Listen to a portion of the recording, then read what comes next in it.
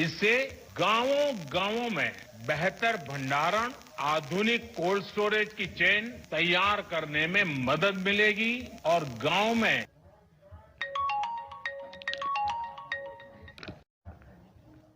की हमें हमारी धरती माता को भी बचाना है। जिस प्रकार से हम आंख बंद करके अनाप शनाप यूरिया का उपयोग करते हैं, पूरी धरती माता हमारी तबाह हो रही है। तो हमारे किसान वो ये तय कर सकते हैं कि अभी अगर वो 5 थैली यूरिया लेते हैं तो आगे से 3 थैली में ही चलाएंगे, अभी वो 6 थैली लेते हैं तो आगे से 4 थैली में ही चलाएंगे। उसका पैसा बचेगा, ये हमारी धरती माता बचेगी और किसान का, बच्चों का भविष्य उज्जवल हो जाएगा। इस अवसर पर 2280 से अधिक किसान समितियों को 1000 करोड़ रुपए से अधिक राशि की पहली किश्त उपलब्ध कराई गई। श्री मोदी ने प्रधानमंत्री किसान सम्मान निधि योजना के अंतर्गत 8 करोड़ 55 लाख से अधिक लाभार्थियों को 17,100 करोड़ रुपए की छठी किश्त भी जारी की। इस अवसर पर कृषि मंत्री नरेंद्र सिंह तोमर भी उपस्थित थे।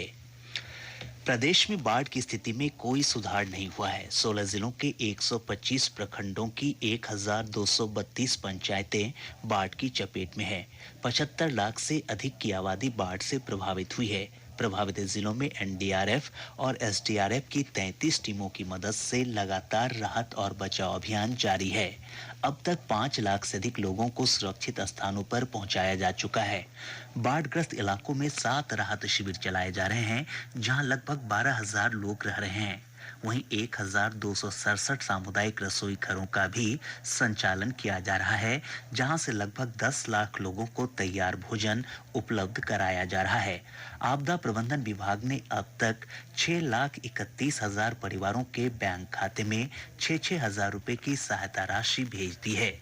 दरभंगा, सीतामढ़ी, समस्तीपुर, सारण, पूर्वी चंपारण, पश्चिमी चंपारण और मुजफ्फरपुर जिले सबसे अधिक प्रभावित हुए हैं। दरभंगा से हमारे संवाददाता ने बताया है कि बागमती नदी के जलस्तर में कमी आने से पानी के बढ़ने का सिलसिला कम हुआ है, लेकिन बाढ़ग्रस्त क्षेत्रों में जल जमाव में कोई कमी नहीं आई है।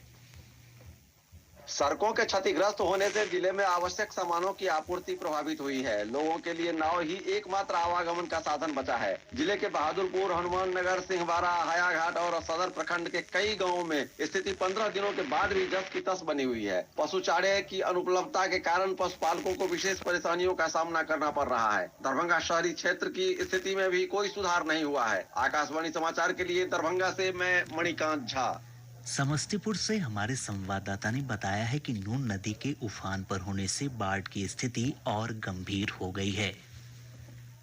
जिले के मोरवा और सरायरंजन प्रखंड के लगभग 10 गांवों में नून नदी का पानी फैल गया है। इधर हसनपुर प्रखंड के सिरसिया गांव में करे नदी का पानी लगातार बढ़ रहा है। बाढ़ के पानी के कारण लोग ऊंचे स्थानों की ओर पलायन कर रहे हैं। सैकड़ों एकड़ जमीन में लगी फसलें नष्ट हो गई हैं। आकाशवाणी समाचार के लिए समस्तीपुर से कृष्ण कुमार।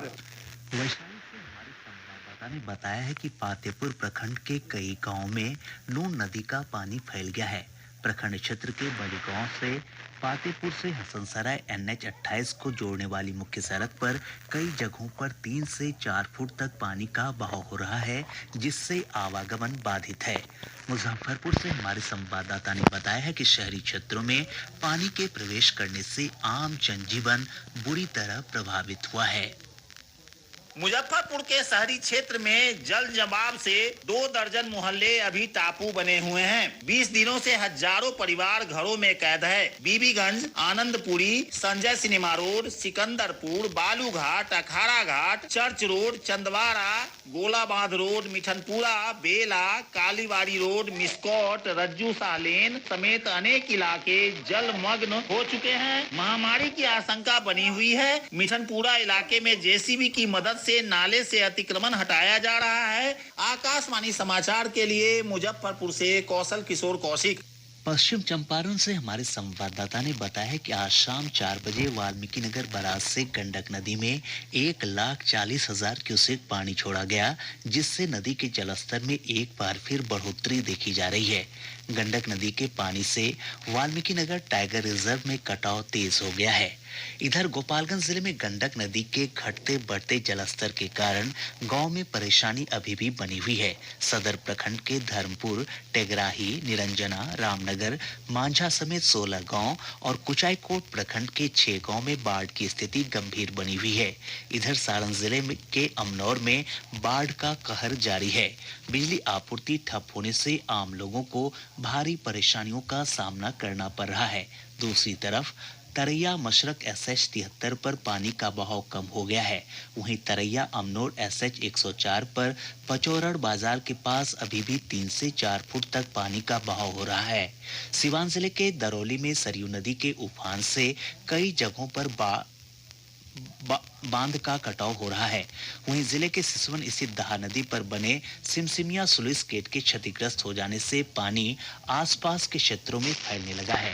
पूर्वी चंपारण जिले में बाढ़ की स्थिति में कोई सुधार नहीं हुआ है। वहीं किशनगंज और कटिहार में स्थिति थोड़ी सामान्य हुई है। सुपौल, सहरसा, मधेपुरा और खगड़िया के बाढ़ग्रस्त क्षेत्रों में भी पानी कम होने लगा है। प्रदेश की अधिकतर नदियों के जलस्तर में गिरावट आई है। केंद्रीय जल आयोग से प्राप्त जानकारी के अनुसार गंडक, बूढ़ी गंडक, बागमती, अधवारा समूह, कमला बलान, महानंदा और परमान नदी का जलस्तर लगातार कम हो रहा है। सिर्फ कोसी नदी का जलस्तर खगड़िया के बलतारा में बढ़ रहा है। हालांकि जल स्तर में गिरावट की प्रवृत्ति के बावजूद अभी भी अधिकांश नदियां विभिन्न स्थानों पर लाल निशान से ऊपर है।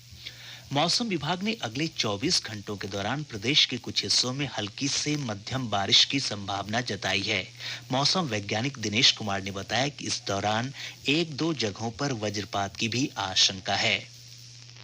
मानसून की अक्षीय रेखा फिरोजपुर, दिल्ली, फुर्सतगंज एवं छत्तीसगढ़ के अंबिकापुर होते हुए उत्तर पूर्व बंगाल की खाड़ी की ओर जा रही है और बंगाल की खाड़ी में कम दबाव का क्षेत्र बनने की संभावना है एवं दक्षिण पूर्व उत्तर प्रदेश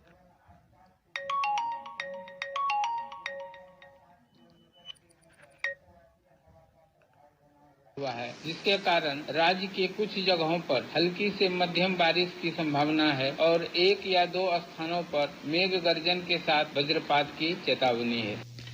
पिछले 24 घंटों में समस्तीपुर में सबसे अधिक 12 सेंटीमीटर बारिश दर्ज की गई।